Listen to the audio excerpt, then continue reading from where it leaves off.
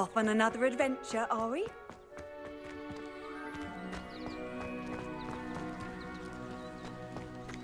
Revelio. Expelliarmus.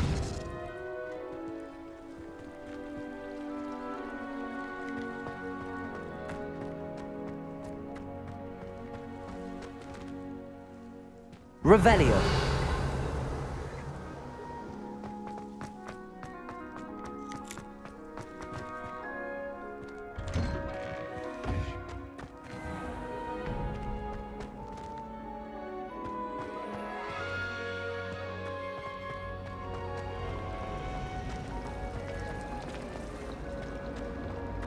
When I'm in Hogsmeade, I always pay a visit to John.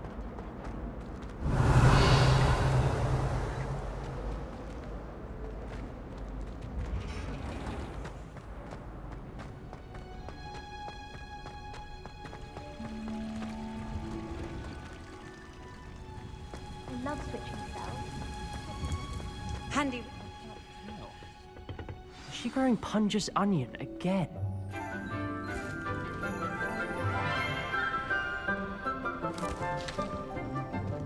Good morning, Professor Garlick. How wonderful it is to see you again, Lenora dear. Oh, here. You'll need these for today's class.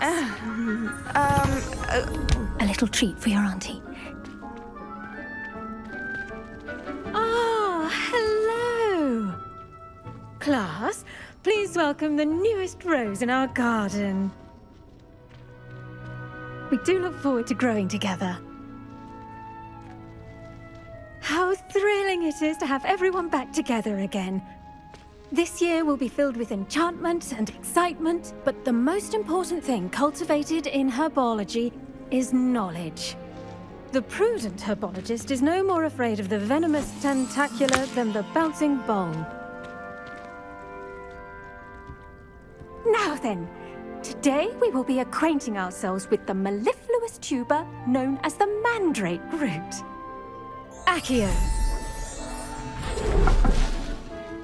Let's see if we can't make our fibrous friends a bit more comfortable, shall we?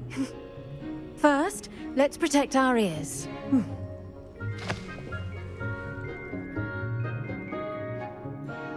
Now, everyone, grip their mandrake by the tendrils and give it a firm tug.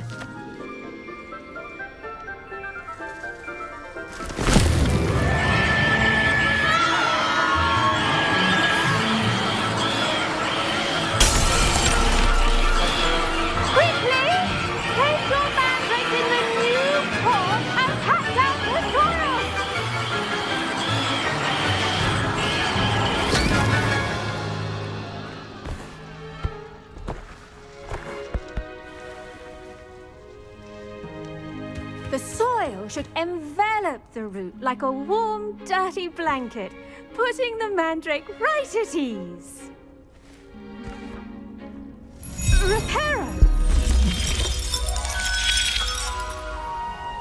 I'm very sorry about that.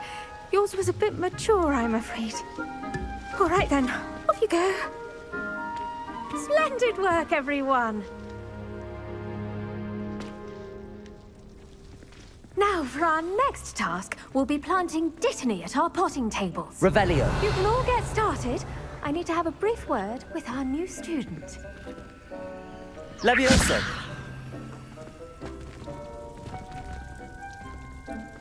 Accio.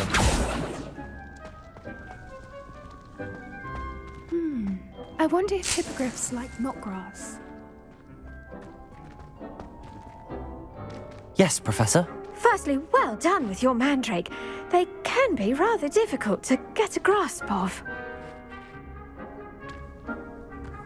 Actually, I enjoyed it. I couldn't help but catch your enthusiasm. How kind of you. It seems you're already taking to herbology like a mandrake to fresh soil. Now, as I mentioned, next we'll be planting dittany. Let us find you some seeds. I already have some, Professor. Picked them up in Hogsmeade. You visited the Magic Neep. Wonderful! A prepared student is bound to bloom. I've arranged for you to have your own potting table here in the classroom.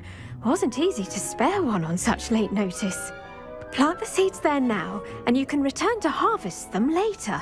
Even with soil, sunlight, and a bit of magic, they will take time to grow. Let's see how to balance my star thistle arrangement.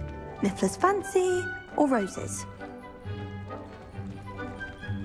I should think Professor Garlick would be more careful with her mandrakes.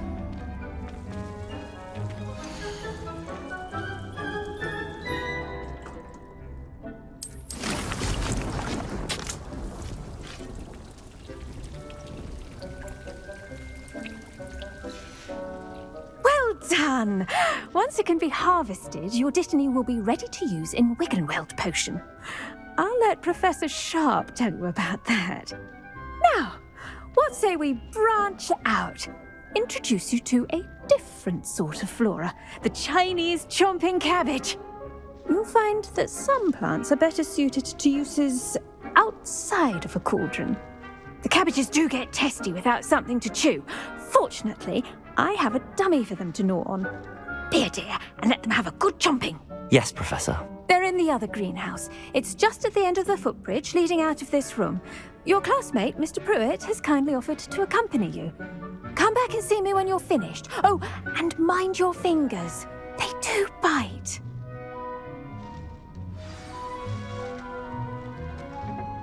Hello. Saw you on your way to Hogsmeade the other day. Nice to meet you. I'm Leander. I'll be showing you the Chinese chomping cabbages. Up these stairs will take us there, but you'll lead. Nice work in Defense Against the Dark Arts, by the way. Excuse me? Your duel with Sebastian!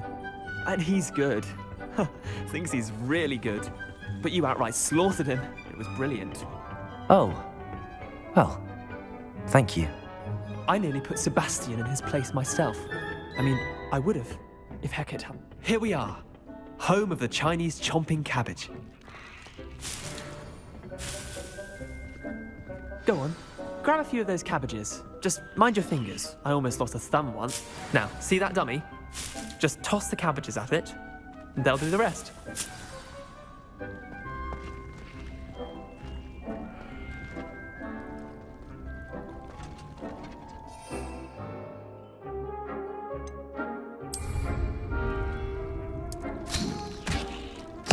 Look at that! They'll chomp on anything they can get their mouths on. Mum planted some in her garden last year to keep the gnomes out. Did save her the de-gnoming, but they left her honking daffodils in tatters. Vicious little bastards, aren't they? My kind of plants. Not like stupid booba tubers and bouncing bulbs. The kind of plants that just have your back in a fight. Not saying you can't go it alone, but, well, imagine that wasn't a dummy.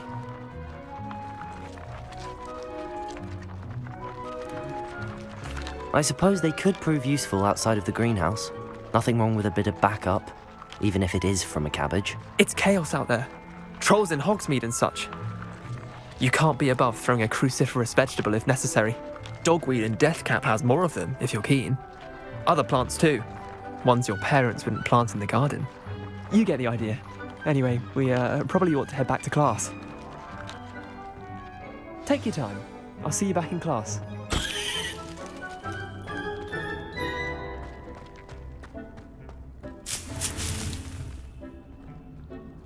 Revelio.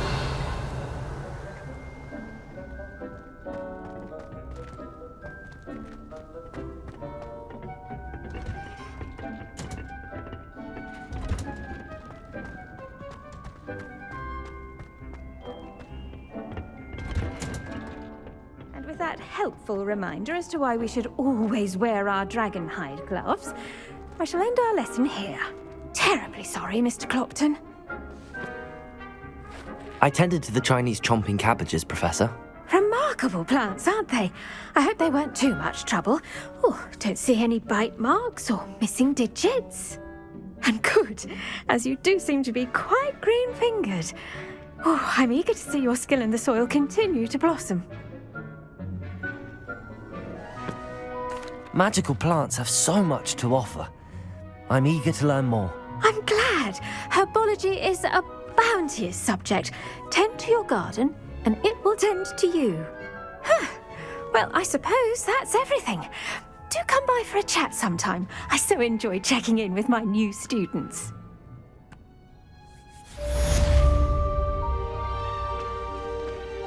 Hope those mandrakes are really relishing their new pots. Only cost me my damned hearing. To make anything grow, we must first understand it. That goes for plants as well as friendships. Kindness and concern are as necessary in the greenhouse as in the Great Hall.